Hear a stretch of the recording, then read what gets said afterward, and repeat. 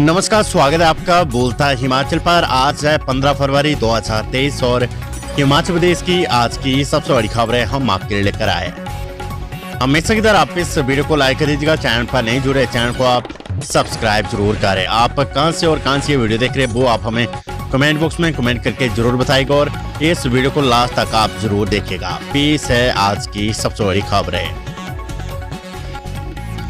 Day boarding school का मामला cabinet में। स्कूलों में बैच वाइज प्रमोशन आधार पर खाली पद भरने की तैयारी में सरकार। प्रदेश की हर विधानसभा क्षेत्रों में बनने वाले डे बोर्डिंग स्कूल पर जल्द ही प्रेजेंटेशन दी जाएगी और उसके बाद कैबिनेट में ये मामला ले जाया जाएगा। शिक्षा मंत्री रोहित ठाकुर ने बताया कि डे बोर्डिंग स्कूल खोलने का सपना मुख्यमंत्री के ड्रीम प्रोजेक्ट में है और जल्द ही इस बारे में पूरी डिटेल तैयार कर दी जाएगी। इन स्कूलों को खोलने का मकसद प्रदेश के बच्चों को गुणवत्ता युक्त शिक्षा देना है ताकि प्राइवेट स्कूलों की तर्ज पर सरकारी स्कूल के बच्चे शिक्षा के क्षेत्र में अव्वल प्रदर्शन कर सके। उन्होंने कहा कि अप्रैल के बाद प्रदेश में खोले गए शिक्षण संस्थानों पर भी सरकार रिपोर्ट तैयार कर रही है। जहां स्कूल खोले जाने की जरूरत है वहां स्कूल खोले जाएंगे और जहां इनकी जरूरत नहीं है वहां उन्हें बंद करने या न करने का फैसला कैबिनेट में लिया जाएगा।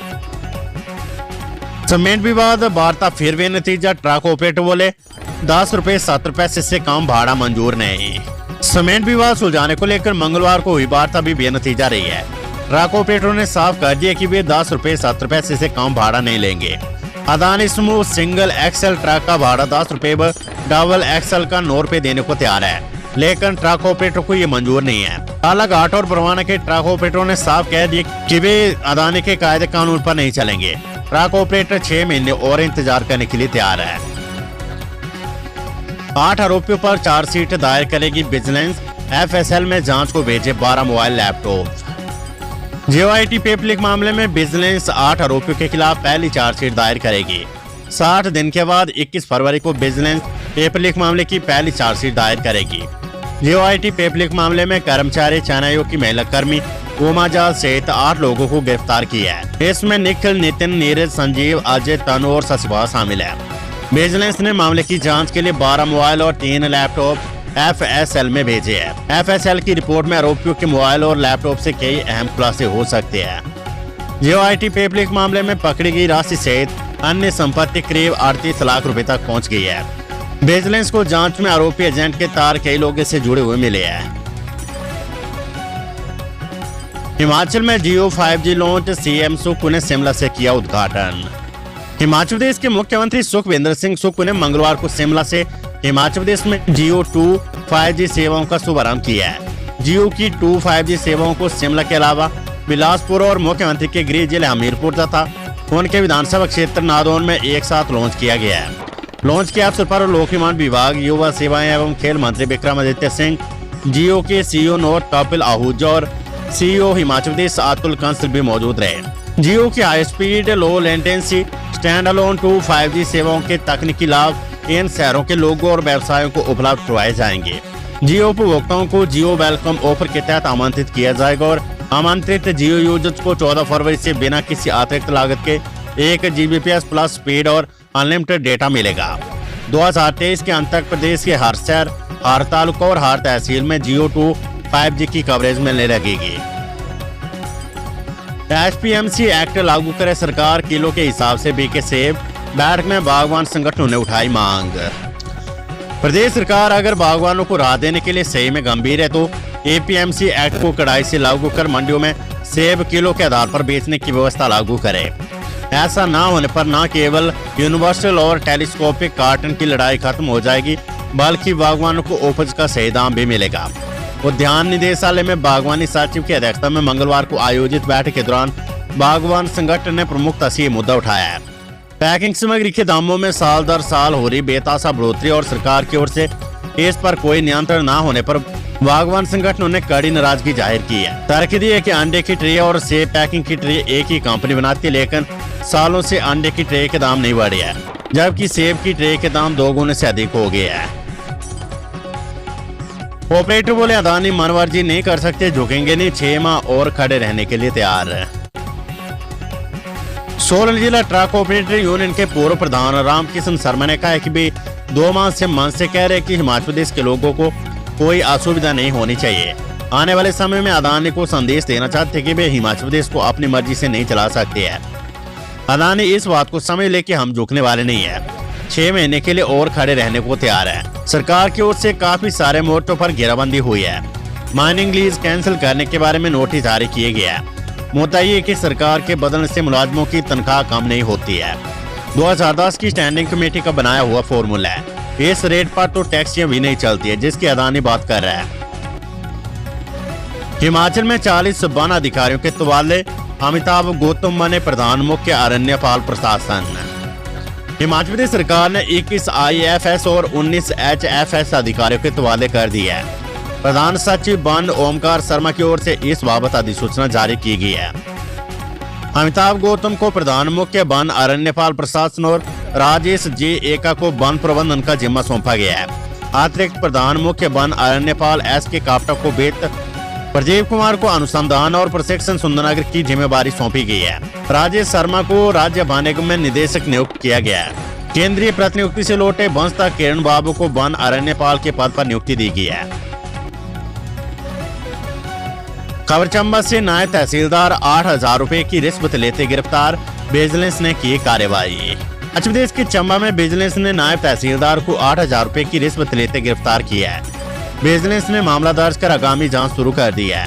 नायब तहसीलदार ने भूमि की म्यूटेशन के बदले ये रिश्वत मांगी थी। जानकारी के अनुसार विजिलेंस में भगत सिंह पुत्र स्वर्गीय कन्हैयाराम निवासी गांव कहालो उप तहसील पुखरी जिला चंबा ने शिकायत की कि उसके भूमि के कार्य को करने में नायब तहसीलदार पुखरी आनाकानी कर रहा है, इसके बदले रिश्वत मांग रहा है। इस पर विजिलेंस ब्यूरो ने शिकायतकर्ता के साथ मिलकर नायब तहसीलदार को पकड़ने के लिए योजना बनाई।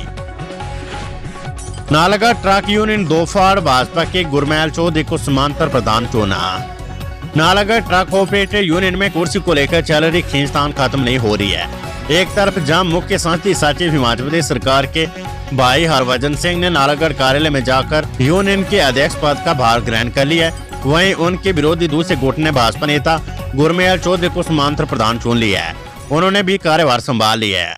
अब एशिया की सबसे बड़ी ट्रक यूनियन के दो प्रधान बन गए हैं और दोनों ही कुर्सी पर काबिज हो गए हैं। स्कूलों में विद्यार्थियों की पुअर परफॉर्मेंस पर होगी शिक्षकों की जवाबदेही। स्कूलों में विद्यार्थियों की पुअर परफॉर्मेंस पर शिक्षकों की जवाबदेही होगी और बेहतर परफॉर्मेंस पर शिक्षकों को इनाम दिया जाएगा। सरकार ने शिक्षा में गुणवत्ता लाने के लिए फॉर्मूला अपनाया है। साथ ही विभाग को इस फॉर्मूले को लागू करने के लिए भी कहा गया है। बोर्ड व नॉन बोर्ड दोनों कक्षों पर यह फॉर्मूला लागू होगा। हालांकि पहली से 8वीं कक्षा के विद्यार्थियों पर इस दौरान विशेष ध्यान देने को कहा गया है।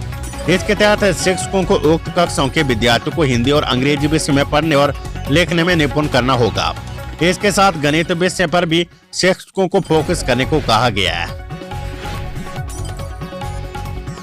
रीवैल्यूएशन का परिणाम घोषित, रिजल्ट में सुधार, ऑनलाइन सिस्टम से फेल हुए थे 80% छात्र।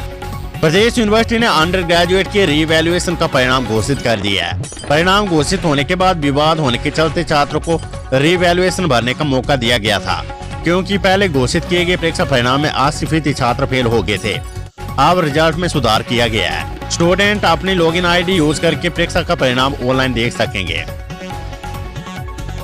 खजाना खाली, वेतन के लाले, आर्थिक संकट में बिजली बोर्ड, कैसे मिल पाएगी 300 यूनिट मुफ्त बिजली। बिजली परियोजनाओं की 80 करोड़ रुपए की देनदारियों तले दबे बिजली बोर्ड के सामने कर्मचारियों को वेतन अदायगी का बड़ा संकट बन रहा है। बोर्ड ने ऋण के तौर पर 250 करोड़ रुपए बैंक से लिए थे और इसका भुगतान बीते 3 महीनों में बोर्ड कर्मचारियों को कर चुका है। जनवरी महीने में बोर्ड को राज्य सरकार से सब्सिडी का भुगतान होना था, लेकिन अभी तक ये भुगतान नहीं हो पाया है। ऐसे में बिजली बोर्ड का खजाना मार्च महीने तक पूरी तरह से खाली हो चुका है। बोर्ड को महज 13 दिन बाद अपने 16,000 कर्मचारियों को वेतन की अदायगी करनी है। इसके अलावा करीब 29,000 पेंशनर है। ऐसे में बोर्ड को ऋण लेने की जरूरत पड़ सकती है। बिजली बोर्ड ने इन हालात में विद्युत नियामक आयोग को आगामी वित्तीय वर्ष से बिजली की दरों में बढ़ोतरी का प्रस्ताव भी सौंपा है। बिजली बोर्ड ने 90 पैसे प्रति यूनिट बढ़ोतरी का प्रस्ताव दिया है। आयोग को इस बढ़ोतरी पर 21 फरवरी को फैसला करना है। बोर्ड इस प्रस्ताव को मंजूर करता है तो उपभोक्ताओं पर इसका बड़ा असर देखने को मिलेगा। अप्रैल से बड़ी हुई दरों के साथ बिल की अदायगी करनी होगी। 3 हिस्सों में बांटेंगे 3000 करना मूलक शैक्षणिक योग्यता पर नौकरी। करना मूलकों की नियुक्तियां भविष्य में शैक्षणिक योग्यता के आधार पर हो सकती है। 3000 आवेदकों को 3 भागों में बांटने का प्रस्ताव भी राज्य सरकार ने स्वीकार किया है। हालांकि इन दोनों सुझाव पर वित्तीय हालात का जायजा आने वाले दिनों में प्रदेश सरकार लेगी। इसके लिए कर्णमूलक संघ के पदाधिकारियों की अगुवाई में सचिव स्तर की वार्ता का आयोजन किया जाएगा। दरअसल कर्णमूलक संघ और मुख्यमंत्री सुखविंदर सिंह सुक्खू के बीच हुई वार्ता में कर्णमूलकों के एकमुश्त नौकरी देने की मांग पर मुख्यमंत्री ने असमर्थता जाहिर की है। इसे देखते हुए कर्णमूलक संघ ने 3 भागों में नौकरी का प्रावधान करने का प्रस्ताव मुख्यमंत्री के सामने रखा।